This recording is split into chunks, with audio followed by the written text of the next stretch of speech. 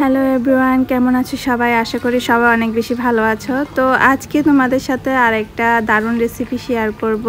এটা হচ্ছে আমার মায়ের হাতের রান্না, লতি দিয়ে চিংড়ি মাছ। এটা আমার কাছে খুব ভালো লাগে, তো ভাবলাম তোমাদের সাথে শেয়ার করি। তো এখানে দেখতেই পাচ্ছ, প্রথমে তেলের মধ্যে পেঁয়াজ কুচি, রসুন এগুলো দিয়ে দিছে। তারপর দিছে হচ্ছে গিয়ে চিংড়ি মাছ। তারপর সেখানে কাঁচামরিচগুলো দিয়ে একটু ভালোভাবে নেড়ে একটু ভাজা ভাজা করে নিচ্ছে।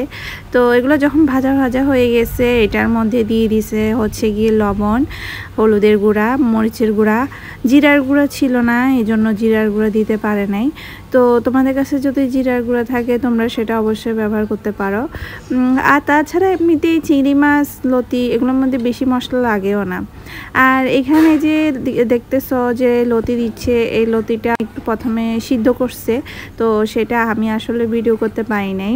তখন আমি একটু অন্য কাজ ছিল, এই জন্য আমি ভিডিও করতে পারি নাই।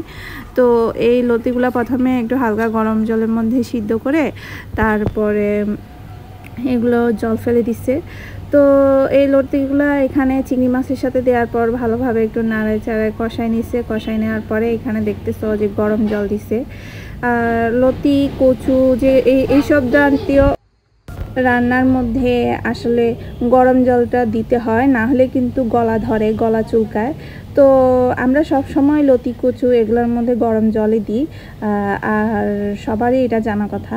তো এখানে ঝোল ফুটে গেছে ভালোভাবে, মানে লতিগুলা মানে জলের সাথে একটু জল টানবে। জল টানার পর নাড়ে চাড়ে এগুলো নামায় ফেলবে।